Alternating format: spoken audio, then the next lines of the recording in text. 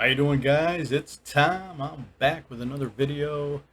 And on this video, I wanted to talk about if you're coming here to live in the Philippines, should you keep your existing phone in the US, your phone carrier, right? Whether it's US Cellular, T-Mobile, Google Fi, AT&T, whatever, right? Um this is I'll give you my opinion and what I've done, right? Now I have kept my US carrier, which is Google Fi. And if I don't make any phone calls, because the phone calls are the only thing that really get you, like they're going to be expensive. If you make an actual phone call to the US with your regular phone, you're not using like Messenger, Skype, or WhatsApp, which is free, of course. But if you're using your actual phone, cell to cell, mobile to mobile, whatever, then yeah, it's like, I'm paying like 20 cents a minute. Now, can you find something cheaper than that, or can you get one of those long distance plans that you use where they assign you a number, like a US number and all that, that's different to call somebody, and maybe it's only 10 cents a minute? Yeah, you could do that, you know. But you don't need to call that much, you know what I mean? At least in my experience. I mean, I when I talk to my family back home, I video chat like WhatsApp or whatever. You could use Skype or Messenger as well, but it's just free. Why? There's not really a lot of reason to make a phone call unless you're calling like customer service, or you have to talk to your bank or something like that, your U.S. bank. Then you're gonna have to bite the bullet, and make a call. Um, but also, the other reason that I keep it is it's just continuity. You know what I mean? Like, it's fluid, right? When you keep your same phone number that you've had for years and all that, it's just easier to do things like banking and all that. Maybe you still have your bank that you've had for 10 or 20 years in the US. And everything is, even though they might know that you're over here in the Philippines, it's a lot smoother, you know what I mean, when you have your same phone number. And especially comes in handy because in my case, texting is free, right? Like just texting. I could even text a Philippine phone number here, and it doesn't charge me. It doesn't cost me anything, and especially I can text, my family or whatever relatives in the U.S., and it doesn't cost. Okay. Now the two-step verification is very important. Like when you're a lot of times with banking and stuff like that, any kind of financial site, brokerage account, or whatever, a lot of times, they want you to have a two-step verification, which means to verify that it's you. And a lot of the easiest way is for them to just text you the code, and then, you might be logging in on a laptop or whatever, right? Or a desktop. You just punch the code in that they just texted to you, you know? That's the easiest way to do it. Or, like you can have them call you, and I think it's probably an automated call with a number, but why do that? Because it's going to cost you 20 cents or whatever. You know what I mean? Any kind of phone call that you receive is going to cost you long distance. So for me, I just keep it. I keep my Google Fi because, the texting is free, and it's just, it's good for the two-step verification. Also, Google has an authenticator app that you can sometimes add to any of your accounts, your financial accounts, as even extra safety. You know what I mean? It's like another layer of protection for you. And it's free, It's part of Google, you can get it on Google Play or whatever, I think. And it's called the Authenticator app. So for me, I pay like $30 a month. If I don't make any phone calls, and it's just the basic service that I have, and maybe I text it or whatever, but that they don't charge for that, it's like $30 a month. So why not? That's not excessive. And then when it comes, now this is the one thing with Google Fi, and happened to me, and it's going to happen to everybody. It just might take longer for some of you. You might be lucky. You might be here for 6 months or a year before they cut off your data. But technically, it's 3 months. And for me, it was 3 months. In other words, once I was here for 3 months concurrently, 3 months in a row living here, they cut off my data. Okay. So you might ask, so what do you do for data, Tom? Well, I don't have a Philippine SIM card. Okay, I didn't do that. I actually have another company called FlexiRoam X, and I got no complaints. They got great data, and they use the local carriers. You know, they'll use like Globe here in Manila. You know what I mean?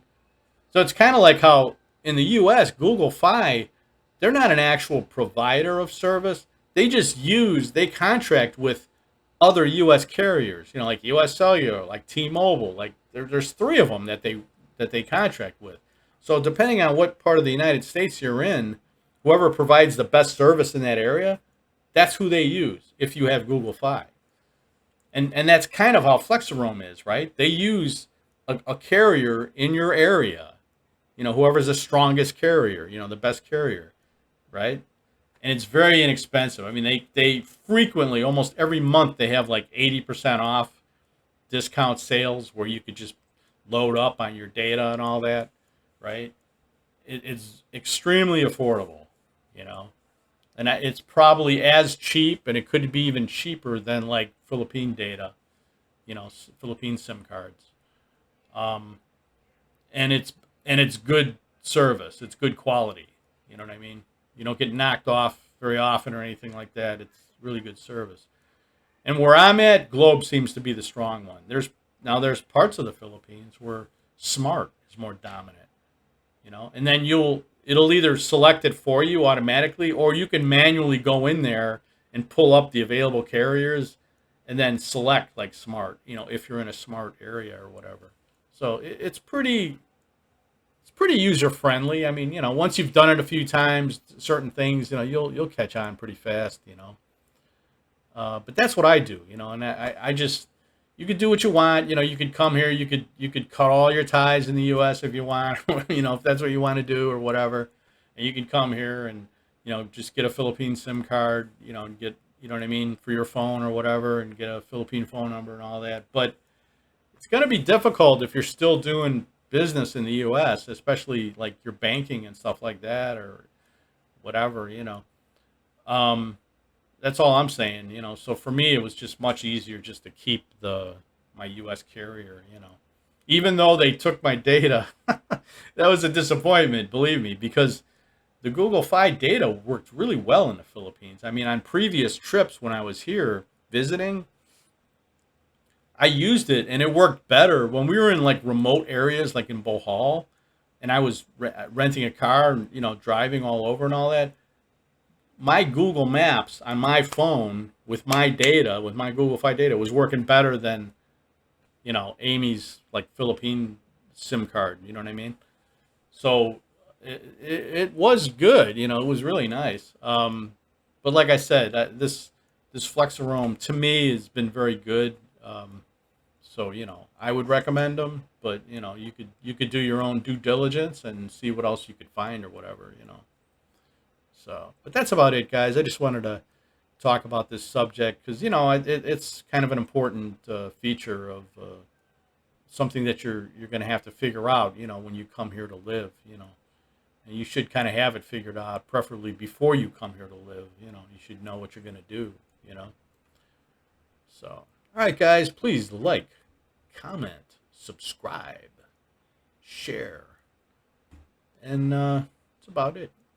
Have a great day, and I'll talk to you later. Hey guys, how you doing? It's Tom. Listen, I wanted to add something to the video that I just did, because you might be thinking about, oh, what about Google Voice, right? Or what about Magic Jack, right? And then I don't know, there used to be Hangouts, right, which was like an app for texting and chatting and stuff like that. But on my phone, like several years back, they were no longer using Hangouts. You know what I mean? So then you had to use just the regular, there's like a contacts app or whatever, that that you could use for texting and all that stuff. And that was several years ago. I don't know if that was just with the phone I had or just with Google Fi, but for me, Hangouts was no longer. You know what I mean? Like several years ago, like I don't know, 3 years ago or 4 years ago or whatever. Um, so I don't know about them. You know, I can't say anything about using them or whatever. Now, I have a Google Voice number, but you know what? I don't know. You know, it's okay if just people are going to call you. Like maybe if you want to, I don't know, if you want family member or friends to just be able to call you on a regular phone because maybe they don't know how to video chat or whatever, or call on one of those messaging apps. You know, if they can't use that, then I guess it's okay. You could set up a Google Voice and just give them that number, and then they can call you on that. And I think it's free. But I haven't had very good luck with them. Like I can't figure out how to call from that number because whenever I do, it always winds up just using my carrier, my local carrier, and then it turns out I pay for it. You know what I mean? 20 cents a minute. So it's only good as far as I can see for receiving phone calls. Okay. Now, and then from what I know too is I don't even know if you can text through Google Voice, you know. So for me it just wasn't, I don't know, it just doesn't seem to work very well for me. You know, I don't use it very often. It's free, so I don't pay for it. But then if you don't use it after, you know, for 6 months or something like that, you'll get an email saying, "Oh, we're gonna take your number if you don't use it." And the next time they send me that, I might just let them, I'll just say, "Fine, I don't use it anyway," you know. And then like, okay, now with Magic Jack, yeah, you can get a local phone number in the U.S. wherever you want, I guess, wherever you want or wherever you lived or whatever, for continuity purposes, and that's great, right? You could give your bank that phone number or whatever. But from what I understand, I don't think they can text on there. I don't think you can uh, send or receive text on Magic Jack. Now, maybe I'm wrong, but I did a little research on it and I couldn't see. It didn't seem like they were able to text. You know, so that's an issue. I mean, because the two-step verification, the easiest way to do that is through a text. You know, why would you want a phone call? I mean, you could do a phone call on some financial sites, but not all. You know. So anyway, in my experience, yeah, it didn't seem to make sense for me. And you have to pay for it, I believe. You can also get a phone number on Skype, like a local number, and I think it's pretty cheap, like $5 a month. Like I said, maybe, it's you could do it, but I don't know. For me, $30 a month, it just made sense to just keep it. It made sense for me to just keep my number and everything, my same phone number and my same carrier. So, all right, guys, that's it. I just wanted to add that. So, all right, I'll see you guys later. Have a great day and a good weekend coming up.